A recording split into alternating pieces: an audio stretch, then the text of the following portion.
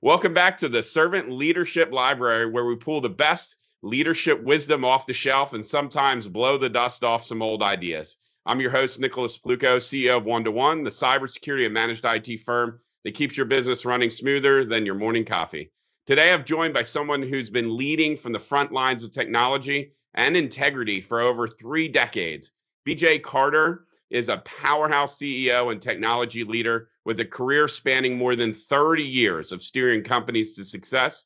He served on boards and in advisory roles at Fortune 2000 companies, raised over $1 billion in capital, and helped create billions more in enterprise value. Beyond, the boardroom, BJ's a family man through and through, proud husband of 30 years to his wife, Lori, and a father of 3 boys, Caleb, Jacob, and Mason. He's also an active member of East Point Church and a lifelong servant leader in information technology industry, leading with faith, integrity, and a knack for bringing out the best in people.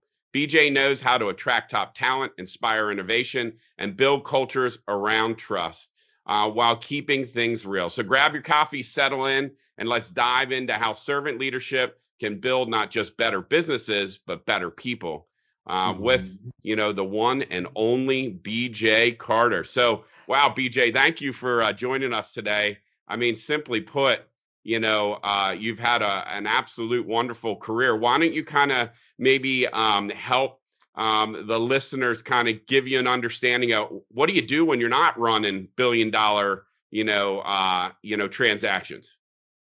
I tell you, it's quite simple. It's very simple. And I don't have a lot of outside relationships that don't have something to do with family, our community, our church. Primarily, those are the three groups that I spend all my time with, and there's more than enough. There's more than enough satisfaction inside those groups to fill my buckets on a daily basis. Oh, I love it. That's well said. And over 30 years of kind of working in the industry, what was kind of one of those moments that like I'm built for this? Like I've mixed my kind of who I am and mixed into what kind of God-given talents I was given. That's an awesome question. So I've always been raised in a Christian home. Okay. So and that provides you with a little bit of a perspective on priorities and values. Whether or not you live according to them is a whole different construct. But I think when I got out of the service, when I got out of high school, I was not really a fan of academia. I was like, okay, that's interesting, but that was more painful. So, and we didn't have a lot of resources as a family, but I knew my little sister was going to be a rock star academic. So I went off to the service and joined the 82nd and went over to the Panama and over to the Gulf. And then when I got out of that, I was really insecure because all my buddies had taken a 4-year track to college and were just starting to graduate. So I was operating from a position of fear, really, when I went into college to play catch up. So, I banged out a quick degree in psychology in 2.5 years and went right into industry and technology. And I did not choose technology. And really, I just found myself in the middle of it. But what I did enjoy was the ability to help companies. I like making customers happy. I don't know how else to say it. I love it. And so technology was a tool. And so the leadership I think is a byproduct of how, we were raised as kids. All my sisters are very much alpha personalities that, prefer to provide some perspective on how we can get things done, good, bad, or indifferent. So I think it was just a bit of that. And then being raised partially, it's kind of a unique family situation. My parents and my mom's from Maine, my dad's from Mississippi. So half my life was in the South and half my life was in the North. So you get the tenacity of a Northern attitude, but you get the hospitality of the South. So it lends itself really well to a people person.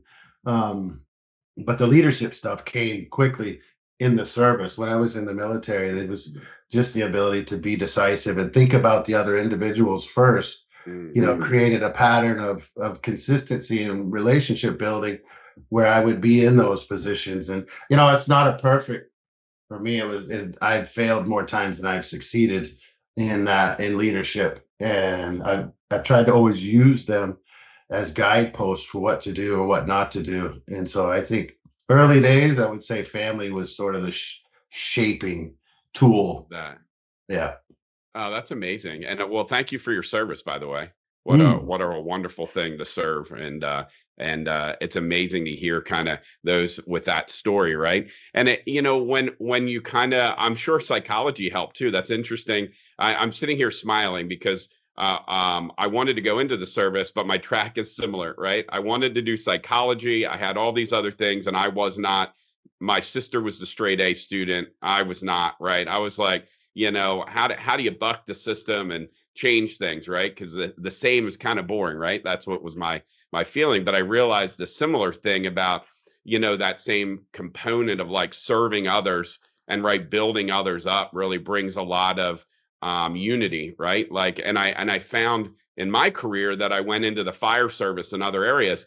And I say to leaders all the time, I said to a coach of mine that I had over the years, I said, why can't I get that same feeling of the people that I worked with in that serving capacity in business? And he goes, Yeah. because you're paying them to be there. When you're in the other services, you weren't, you were against the mission. So hearing you say that all the time, I'm very curious to hear your perspective of when you were in the service and that camaraderie and that team building and that respect. Have you ever found that outside in the business community in a similar way? Well, the military gives you a framework of command and control. Naturally, there's some Mm, structure to compliance and leadership and all of that. The okay. best leaders are the ones that don't fall back on that to influence others. Mm, Because the team knows they've got that leader's got their best interest in heart.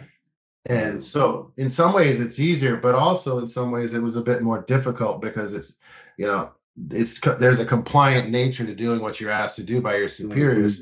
mm, But the more high performance the group that you belong to, the less that mattered. And it was all about, mm, can you lead? Can you look after the team? Can you achieve the objective or the missions? mm, And so from that standpoint, it translated well into business because I found early days in my career, I found myself working with some struggling businesses that really didn't have the structure or the compliance nature of the org chart to mm, produce the results. And it was more through influence and passion and mm. helping people to understand. And early on in my career, I was in an interview process with, a dean of a college, and we were hiring a person for one of the schools. I was the Okay. CTO at the time. And the guy, the leader of the recruiting team told me, was the dean of the college. He said, if you can align somebody's personal interest with the corporate's mission, corporate goals and mission, Mm, you got a much better dynamic. So in order to do that, you need to understand, what do your people want? In my industry, mm, people don't leave because of pay.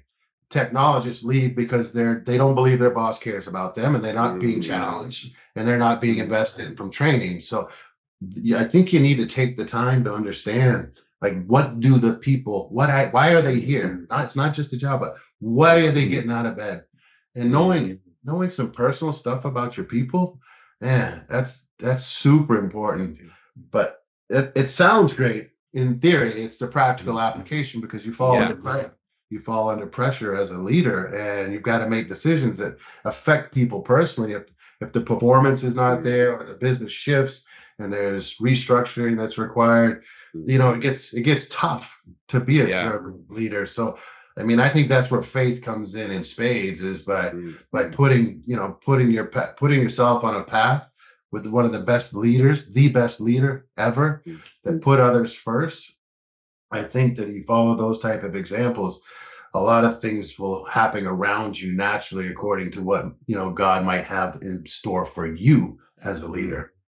Do you when you went through that journey, did you find like you had a set of core values? It sounds like you're very strong and you have a set of core values.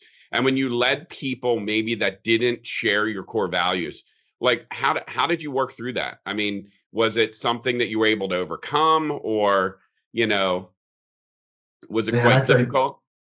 absolutely. It's not something you master. I mean, I could give you case studies of doing it right, and then I can give you case studies of, putting my own agenda first, or Mm, the corporate objectives first, and dehumanizing the value of the individuals and mm, decimating teams. You know what I mean? Like, sorry, we don't need this team, or you're not performing, you're out. And that I've traversed both ends of the spectrum. And then being, it's a balance that you look for, because if you're not able to have a relationship with the employees, you are the boss, you are the CEO, and you have a responsibility to set the tone, the pace, the culture, the direction. But you also need to be really clear about what you're expecting for the people in the role. Primarily, you spend your time with your managers, and you're giving them the time and attention so they can spend time with their people. But you gotta trust the people. And if you start micromanaging, I mean, come see me, call me, I'll tell you what's going to happen. And it's gonna be ugly, it's gonna be brutal, you won't get the outcome you want. I like the word that you use, clarity, right? I was working with an individual just recently, and they're starting to want to be coached up to what we call LMA, like lead, manage, and hold people accountable. And I'm like, listen, this is going to be a heck of a journey, right? Because you went from kind of like working with people, and now you have to lead them. And he's like, well, I don't necessarily, like I think I got to be really nice about it. And I'm like, you have to be nice, but you have to be clear, right? This is how you're performing. This is what you're doing.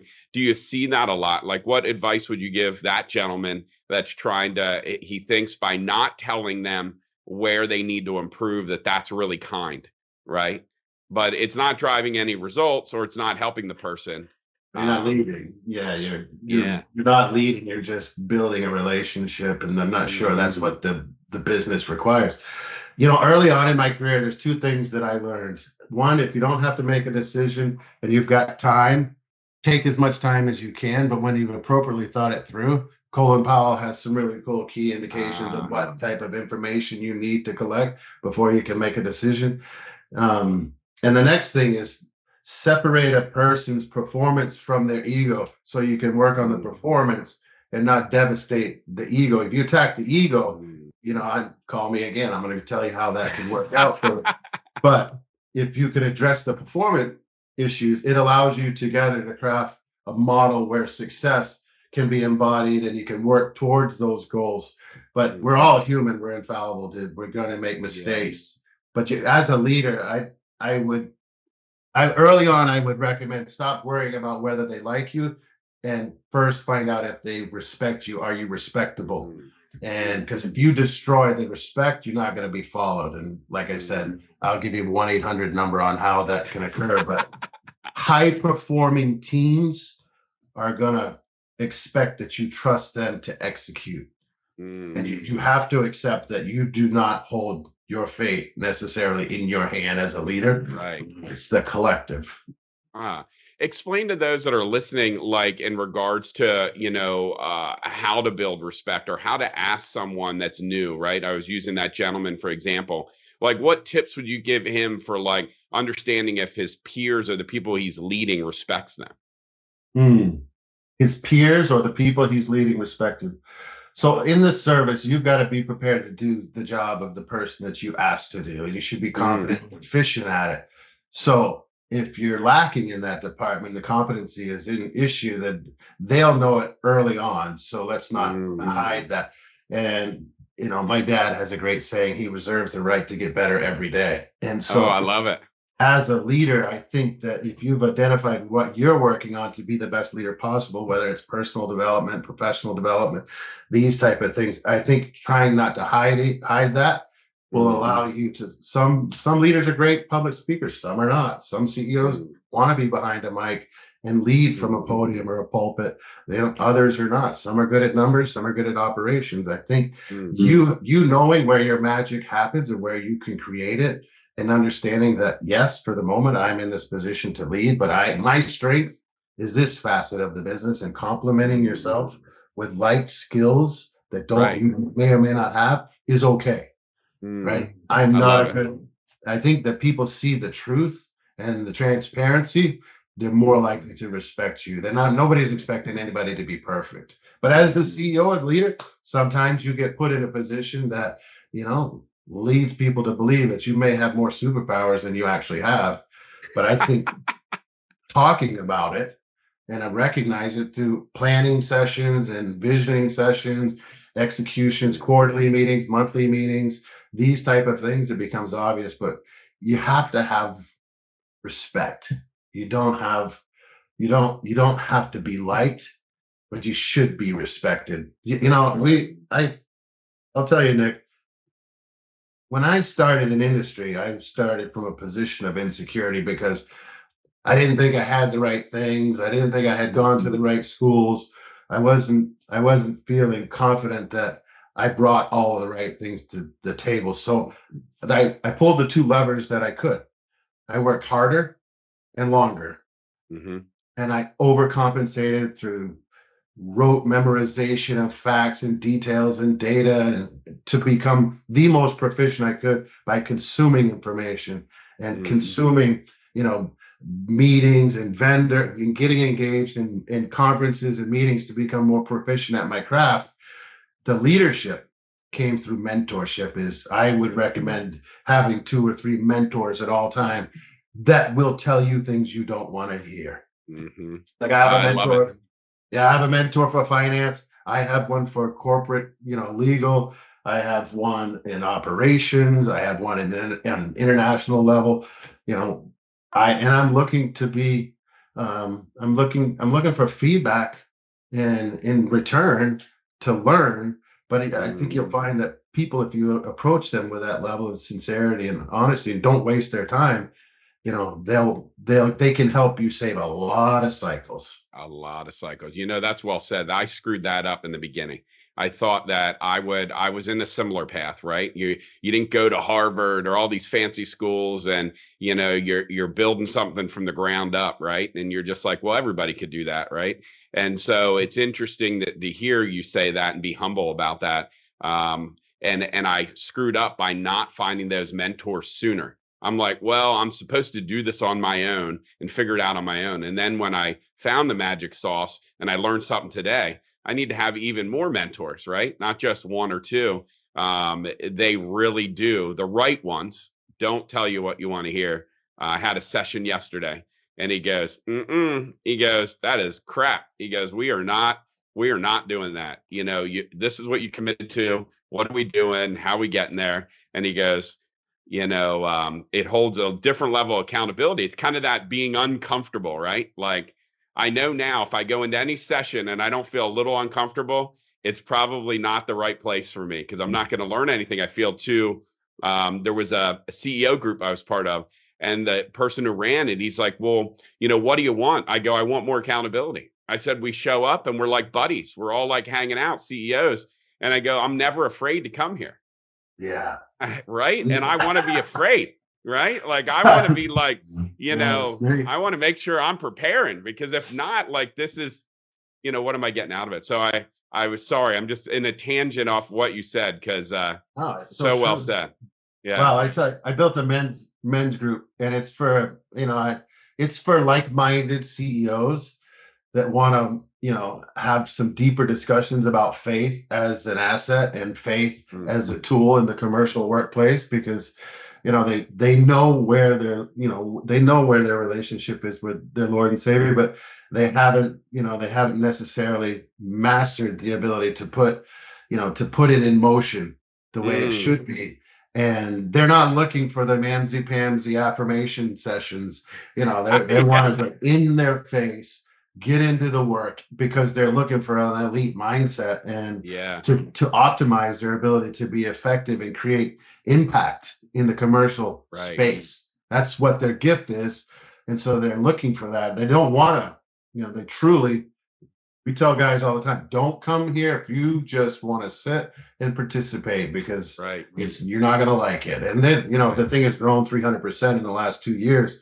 Wow. But it's because like-minded individuals like you that are searching for a community of truth and raw reality. I mean, you can see it sweeping across the world right now. The globe right now is that there's a new level of awareness around people and what they're doing and what is important to them. And so I love that you said that. Now, those are the best outcomes, is when they've been very real and transparent. Yeah. My dad has a really cool saying. My dad is one of those guys that has a million sayings, and if you're lucky, you capture 2, 3. But he says He says, mean what you say, just don't be mean when you say it. Ah, okay. And so when I think when you're in those scenarios, it's super important to be open and honest and transparent. You don't have to destroy it. You don't have to destroy the person to get your point across. Right. Yeah. Leave them Yeah, intact. that's hard sometimes, right? Yeah, I hear a lot of things that Patrick Lencioni talks about, right? Like humble, hungry, and smart, right?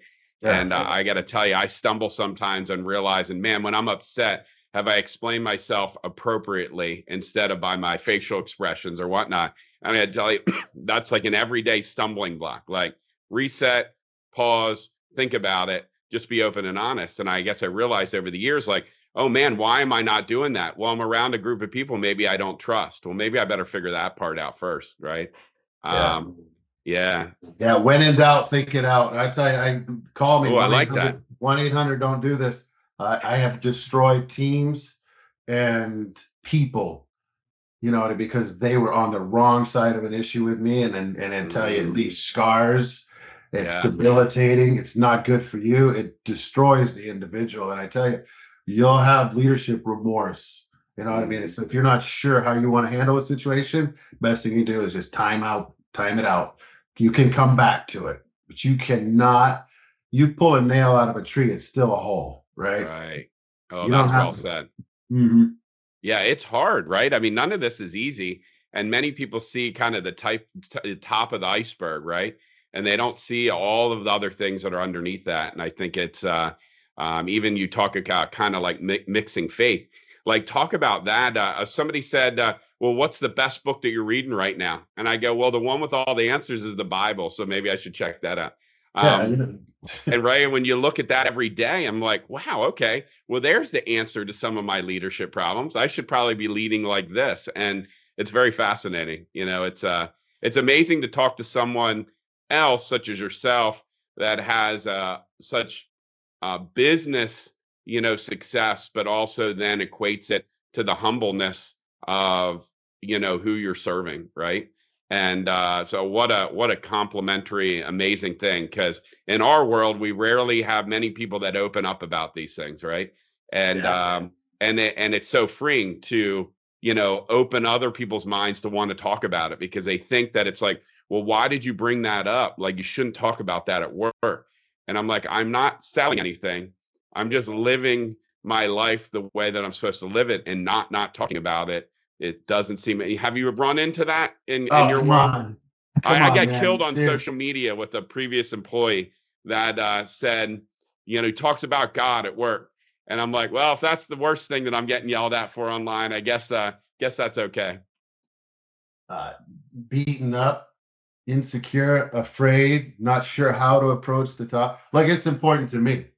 I can look back. All I can tell you is what has happened to me. And if that somebody finds that offensive, that's you. You don't need to be offensive. I'm just telling you, for me and the way that I view the world, I I don't wish anybody to have to conform to my way of thinking. Right. You enjoy your life the way you want to. I'm just telling you, when somebody asks me the questions like, how do you draw your strength? I draw it clearly from a relationship with Christ. And I can show you mathematically, statistically, financially, however numerically you want to assess success. I can point to changes in my life where my priorities were aligned with the biblical principles in the Bible. And I don't force them on people. I don't force them to think about the things the way I do. I'm not here to do that. Right. But I lead a certain way with a certain set of principles that produces a certain outcome of how people are treated, how people are valued, how people are expected to perform. And it has nothing to do with how I'm treated. It has everything to do with the way that, in my opinion, the best leader in the world laid it out for us. And it just happens to line up with the Bible. I don't need to be right. I just need to make sure that what I'm consuming from leadership content is correct. And to date, I'm sorry, no other savior has been risen from the dead. Give me until you find one of those. I'm going to commit to this path, and mine is going to be very much centered around servant leadership through the Bible. Oh, I love it. It went from hundreds of thousands to tens of thousands, hundreds of thousands, millions, to now working on projects that are in the billions. Wow. It's amazing. And then it's amazing too. You think about that Christ that we follow. And at the end of the day, still at the end of the day, he did everything to be that great leader for us. And that he was killed. Right. Yeah. And just, right. So, I mean, it's very hard to be a leader. Right. And especially one that leads with their principles. And I love that. You talk about servant leadership. We talk a lot about servant leadership here. And, many people treat, that definition differently. So what does servant leadership mean to you specifically? Oh, you're serving your people. See, the senior guy or girl in the room should have the best perspective of Mhm. of the components of the business or the industry. Like, that's their job, is to maintain a high level of awareness of all things. And I think, the way I wake up in my world every day is that I have more information than those around me because I'm involved in more things. I should use that awareness and that information to the betterment of everybody, not a certain echelon. You know, Packard had a way of leading that would put him out on the floor with his people to understand. And I think if you're truly a servant leader, you've not separated yourself from the people. You're down on the floor with them, having the capacity to understand what a day in their life is, because you'll make better decisions. Mhm. And they're the ones serving the customers. Get out and understand what the customers want, and not just giving it lip service because you're on some CEO tour, but truly, I understand. Put the people first that are actually running the business. And I have done it. I've gotten full of myself and sitting in senior row, and there's a lot of resources, and there's jets, and there's, dinners and meetings, and you just get consumed A lot with of temptation there. a Yeah. lot of things that are absolutely irrelevant. But I'll tell you, if you're truly thinking about the people and putting them first. And I was just on the phone with a guy yesterday that leads one of the absolute best seafood companies in the world, and it's an older guy, and he said, real simple, I make sure my partners are paid on time and they're paid well above everybody else, and I make sure my employees are paid on time and are paid well, and we treat them with respect. They don't lose employees or customers. 97% customer rate. Wow. Oh yeah, Wow. well over 1,000 customers, and it's just basic core principles of, look, get in the world of the person that you say you're leading, and use your awareness and your resources to improve their lives as an employee. And it sounds so simple, but so easy as a CEO to get full of themselves and get on the juice where they think, I created this. And Right. man, I say, avoid it at all cost. I Do think not. that ego gets you in trouble sometimes, right? It's kind of 100%. like my assumption. 100%. Anytime I've ever assumed anything, it's embarrassed me, right? Like, that one little thing, right? I made an assumption. Yep, I'm probably not right. Probably not Well, I right. think I think we want to go faster than we really should. Or Yeah. there's probably a little bit more time to be relaxed and reserved and sort of, think about your composure, man, versus being, unbridled and just reactive and emotional. You can do a lot of destruction very Love quick. that. It's hard to recover from those relationships. They don't, as the CEO, you're also, got the social barometer put on you, and like, how do you Yeah. behave and how do you act? And Yeah. some people are holding you to a standard you may not even, be aware of. Where, You got to be on guard. oh, that brought back some like PTSD over years of starting some other companies. I had friends, right? Close friends, people I went to college with, other things like that. And man, how to destroy a relationship, start and work with them in a company. Because I learned really quickly that my want knowledge grew and they wanted to stay where they're at. And then it was like, oh, well, we're equals. And I'm like, man, how do I navigate this? And it held a lot of that business to not grow very well because I was managing a relationship over managing the growth and the well-being of everyone. And it was a very big lesson when I finally separated with that person from a business standpoint, and the staff goes, well, it's about time that we let go of that, right? Like they gave me a lesson of humble pie going, because apparently I guess that person would just say, well, I've known him from the beginning. So it was kind of like a threat, and I didn't know that. And I was like, oh my Lord. Yeah, so they had a larger context of what you were trying to accomplish that involved a relationship that went back years. So yeah, very different. So let me ask you a question. And I tell my guys this all the time. How much time, just 100%, you got 100% of time. How much time of your day do you spend thinking forward? oh man, I'm always thinking forward. Okay.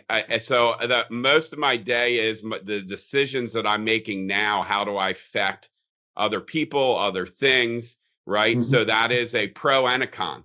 because when I'm working with my team, if I'm down in the team, they want to know the now and me be present, just like kind of how we say, like with your Perfect. kids, right? They want me to be present.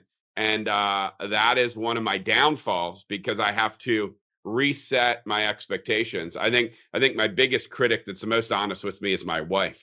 She goes, "Listen, stop measuring or comparing to the greater good." She goes, "I know you're part of all these groups and you want to drive and you want to get there, but that's like the root of all evil. Like, just be like who you are and get in the path." And I'm like, "Oh, that's hard, because you can see how Super you can hard. get there. How you You can can get see there." it. So remember, as the CEO, you have this Yeah. perspective. And one of the things that we very is often I find talking with other CEOs very frustrating is that because they can see, they assume that they can be there and achieve that. And so they Yeah. frustrate the management teams and the people because they can't, they're like, come on, let's go. We should have done this yesterday. We don't get this done, we're not going to get that done. So how much time do you spend thinking about the things in the past? Yeah. Yeah, well, the past happened. So all I can do is learn from, I love mistakes, right? People are like, well, mistakes or failures are like bad. I go, no, they're not. The coolest thing about mistakes and failures is it tells you what not to do next time. And my Yeah. biggest failure is not figuring out what I'm doing that's causing the problem. And so, like, everybody gets all stressed out about, like, I'm not going to fail. I'm like, I'm going to fail, because now I know what not to freaking do next time. Like, let's get to failure fast. And that's the hardest thing that I find when working with different team members. We've programmed ourselves at being taught at school and all these areas of, like, we got to get that grade and you can't fail and you can't do that and everything is negative. Mhm. And I don't know, I might be nuts, but I'm like, I'd rather get the bad grade, fail, and figure out how to make it better next time, because it Yeah. seems like I can learn a lot faster there. Now, maybe that's just my hard head, and but it's amazing to get to that point of, like, it didn't work, so let's forget about it and move on, right? Yeah, absolutely. Um, but it's hard for some people, because I have people. I'm big into psychology myself, so I spend all my other part time on how people move and how they respond and how we communicate. And there's a system called Culture Index, and Yeah. there is a piece in there that's like a high D. They're very factual. They get value out of the data, and I find sometimes failure to them hurts them. And I'm like, okay, I had to understand, like, why does it hurt you so bad? Well, that's where my value is. And I'm like, Mm. okay. And it was a lesson, humbleness for me, that I don't have that high D. So it's like, okay, we failed, we'll reset. But I really had to learn in that team, I need that high D. They're in finance and other areas, some detailed areas, but I had to learn how to lead differently with all of those different people and how they operate. And I think that's the hardest thing sometimes. No, Yeah. so one of the observations that I've made over the last 30 years, always being fixated on the future and not very fixated in the moment and Yeah. today, and spending a lot of time with guys that are 60, 70, 80, 90 years old now, Yeah. and starting to get some of the wisdom on the back half of your life. I noticed there's a trend where they spend more time in the quality moment with the individual and they affect better outcomes because Yeah. they're less worried about trying to tackle every hill and get there tomorrow. Right. They're extracting the value of the interactions, and the relationships become more meaningful that way. Right. And so the reason why I asked the question is disproportionate thinking, around the future or the past, destroys that opportunity to be able to be in the moment and focus on what are we doing today and how are we doing it. Yeah. I mean, it's important to cast vision and strategy and have your annual plan, your 5-year plan, 36, quarterly objectives, quarterly metrics, KPIs. That should be done. That's perfunctory leadership work, in my opinion. But where I've been spending my time as of late is really holding a mirror up and saying, am I bringing the best version of me to this interaction? Right? As if tomorrow would never come. Am I doing it today? And a lot of that has to do with, the way the scripture lays up leadership is like, focus on today. Don't worry about tomorrow. Tomorrow will take care. Tomorrow has enough problems, right? Yeah. And so I tell you, the quality of the business results, I can almost attach a one-to-one correlation on the amount of time that they're spending on solving the issues in a practical, meaningful, caring, servant, leadership-oriented type of way to producing results. Yeah, I'm smiling because recently I was doing an executive hire and I was talking to one of my mentors. And I'm like, we got this 3-year, 5-year, and then 10-year if we do this and blah, blah, blah. And he looked at me and paused. And I'm like, I don't know, like always some sort of wisdom. He goes, stop thinking about it. He goes, you need to be in the now. If it works out for a year, if it works out for 2 years, I'm like, yeah, but I don't want to let the people down. I don't want them to see these changes. They're like, you got to stop thinking about a couple years from now. Like, you need the now. So deal with the now, and then we'll deal with the future very much. That's why I'm smiling, because it's kind of that another thing that, you say your prayers every morning, and I'm like, all right, here's another thing that God's trying to tell me, like, stop it, just be okay with the now. And as a person that's a driver, to your point, I found for myself that even with my, very close with my family and my kids, and, I said, I was in a CEO meeting one time and I didn't know their beliefs. And they said, well, what are you trying to achieve? I said, to get all my kids to heaven. And they didn't know what to say. And I'm like, I don't know what I'm saying. Being with you guys is great. And we're doing all these great things. But at the end of the day, you may or may not be at my funeral. And I'm trying to get to heaven. And they're like, they were, then, it was very uncomfortable. Like, oh, we're going to talk about this. But that's where I'm trying to get. But living in the moment sometimes is a very thing for me personally. I have to then reset myself and just say, this is what you gotta, even vacationing with my kids, right? Be today, not thinking about tomorrow, I think, for me as a Christian, that mystery sort of revealed itself as being a fallacy, that my better planning and my ability to reach those goals and objectives was a byproduct of my effort. And so work harder, longer than everybody else to somehow produce a meaningful result. But I think when you're young and you're coming out of the service or school, high school, college, and like you're like, all right, I want to go, and I want to go. And there's nothing going to replace time and experience. And I think as CEOs, that have got a little bit of, a few years under our belt, I think if you're role modeling behavior that puts an emphasis on the now and the quality of the now, you enjoy the benefit of the collective thinking versus thinking you're the only one that can solve this, and then you need to push everybody in that direction. You actually make a far better decision. You look at organizations that are really healthy and successful. Think few things are key: honesty, transparency, the ability to challenge, the ability to make sense and make mistakes, and not walk around with a sense of fear of, being punished for it. Those are the organizations that evolve healthy. But it's the ones that, if you look at where the leader's got a big ego and he has the answers to everything, man, everybody knows that the group is going to make a better decision. Balancing that with, you don't need a consensus mentality. It's like the collective, let the collective bring the best decisions and the best, advice to the table to achieve a goal. But when you're younger, you're operating from a position of scarcity. Like, okay, got out of high school, got out of college. Now I got to go. I got to get 15 resumes out. I got to get 45 interviews. Like, everything's happening around me. I'm not going to get there in time. I've got all this social pressure.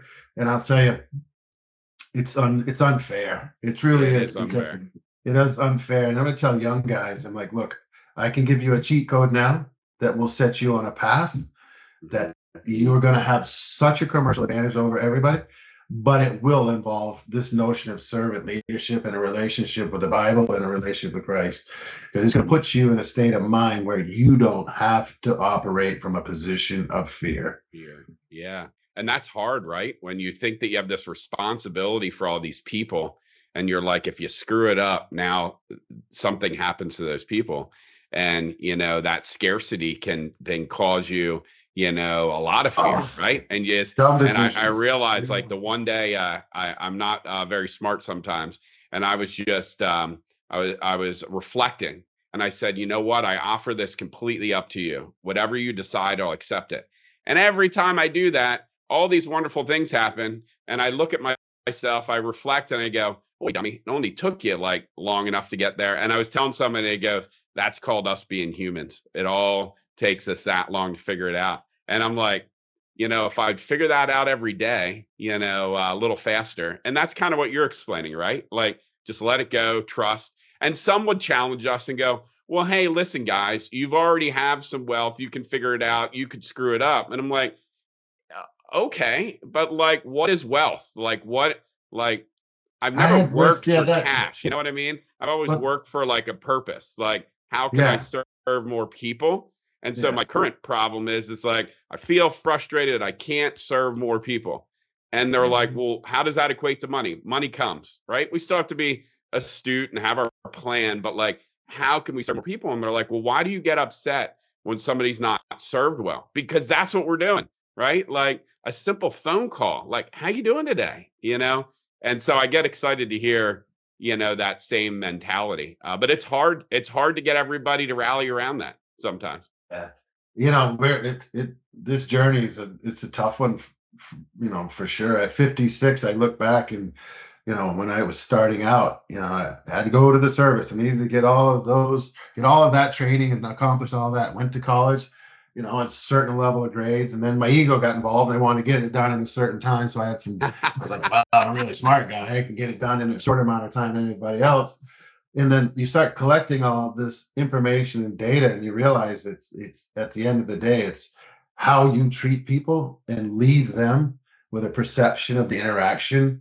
And they will either call on you or remember you or never want to see you again. And that doesn't require anything but other than just being aware and putting yourself out there to be vulnerable, and be transparent.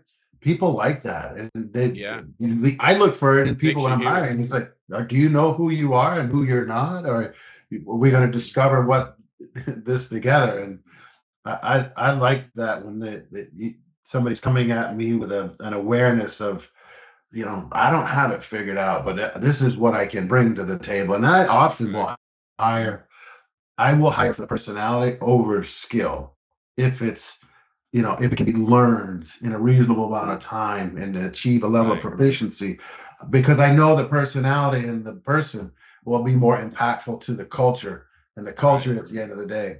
Like I could point to so many companies, that I've had great experiences as leader, and the other ones where the pressure was too high, there wasn't alignment at the top, there was a fractured commitment, or there was personal interest that were destroying, and the behavior just wasn't there, either through me or the leadership team, that damaged the culture.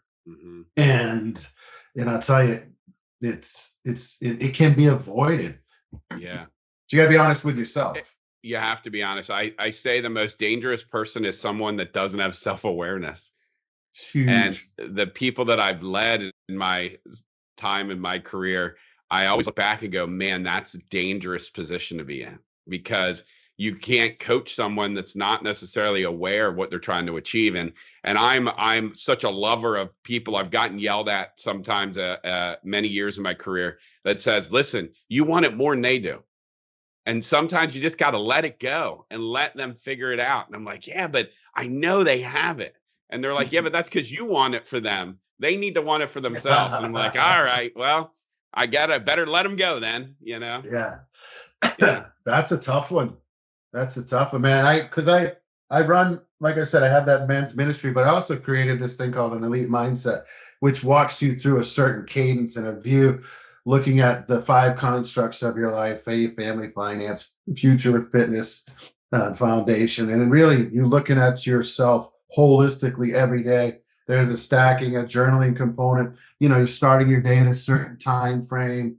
It's just an amalgamation of all of these experiences that I've had. But people would ask me and say, look, how do I do this or how do I do that? And one weekend I just got tired of it and I built a framework. Now I just give it to them and say, here, if you like this will work. Happened to me last night at the dinner where the guy's selling, $70 to $100 million in real estate. He's like, how do you achieve consistency? And I said, look, I just have a framework that applies priorities consistently, and it lets me plan and then reflect on where I'm at daily according to those plans. But I'm intentional in how I spend my time. I find that the one percenters are very intentional. They know what to spend their time on and when, and they do it consistently, and they can filter out the noise and the chafe that are distractions. There's some people in the industry. Say no. They know how to say no. You look at Elon Musk, and like he's laser focused on priorities, and it may not be a board meeting. It tends to be an ego-filled room with lots of perceived important people. But I think having clarity on what the priorities are and setting real goals that seem out of reach. The conversation I had with this guy last night, and he was like, "What's the difference in a guy that achieves something big and a guy that achieves something small?" The guy that achieved something big thought he could. Mm-hmm. You don't have to make it any more complicated. And he went back to that thought, and he went back to that thought, and he went back to that thought. Oh, day over day over day. And he mapped out a plan, and he may not be a straight path. It never is. But he consistently set that as a goal. Well, I say that keeping to the basics always gets you further in success, right? Like, what do we have to do? Do the really small things really great over and over and over again. Well, it's falling apart. Are we doing the small things right? I guess we better get back to the basics again. You know what I mean? Yeah, like totally messing it up. So, you've had kind of this career and this servant leadership, right? Have you ever found like a pooling of like a mismatch of your purpose at all? Like, oh yeah, I mean, one of the projects that I worked in the last 10 years, I was approached to join into this venture. I had the skills, I had the capabilities, I had the resources, but it was never in alignment. There was a cultural disconnect at the top with the partners. And there was a big disconnect with strategy and capabilities for some members of the team, which led to some of the members being extremely frustrated to an unhealthy level. And it just never was clear at the top. And I'll tell you, I got into that situation because I felt like I should. I wasn't being led by a spirit that said, this is where we should go. And I find that I look back over my life, I can literally point out the scenarios that I found myself in because I thought I needed to be there. Or it was me and I didn't take the time, go to my faith and search out, is the path that I should be on. The places where I've gone the slowest, the times that I've gone the slowest, and I've sought out some guidance that had some alignment with my faith, are the places where the abundance has occurred. The challenges have been massive, but the resources were there. And I tell you, I would say, take yourself out of that leadership role when it comes to those strategic directions. And for me, it's really easy. It involves prayer and asking God if this is where you want me to be. I never get the answer on the timeline that I want. No. And I never get the clarity. I never get the clarity on, yes, you should be doing this. But it's the process that makes it really, really, really has the impact. And the decisions become obvious. That's amazing. You remind me, I'm sitting here reflecting because last year I was retreating, right? And I left, and the only response that I got was, go find your purpose. And I'm like, oh God, like, am I not on the right purpose? Like, what is this? So I've spent the last 12 months going, you think like, am I doing what you want me to do? Am I in the right places? And so, as you say, like, you're not given the word. And I said this to someone, And they go, well, have you asked? Like, help me find that purpose, right? And you're like, well, yeah, no, that's a valid point. But that's a constant struggle, right? Like, are you fulfilling your purpose? You know, your God-given talent. So I don't know. We'll see. This is helping today. You've done a wonderful job on explaining that. When I built the elite mindset, it had everything to do with about bringing some consistency to the things that I had experienced over the last 25 or 30 years in a way that I could explain and understand. But, it's through the schools and experience and training and just exposing to different scenarios. But what I found is one common theme. If you have a goal, it may be unique to you, and it's probably something that you should pursue. It's how do you pursue it? How do you obsess over it? How do you move closer to it? And I can tell you, I can point to so many people. People talk about manifesting this and doing this and doing that. I absolutely fundamentally believe if you want to achieve something, chances are God put it on your heart, and it's unique to you. So you have an obligation to explore that with fervor, dedication, and commitment. But I find the likelihood of success in achieving that comes from your ability to execute on a day-to-day basis, strategically and consistently, to make the pivots and react to the world that's going to throw something at you and recalibrate. But I'm not so certain that if you feel it in your heart, and if you align yourself with the world the way I have through faith, then you're looking for that guidance. And so it's the journey. God doesn't prepare you for the journey. The journey is what prepares you. I love it. This has been wonderful. I have one last question, because I know that I'm wrapping up my time here. But if your team described you in 3 words, what would they say? What team? When was it? Any team you're working with right now, let's just say. My team right now would say, he puts them first. I seek them out even when they're not required to make a decision. I've taken a much different approach to collaboration with my senior leadership team. Yes. Okay.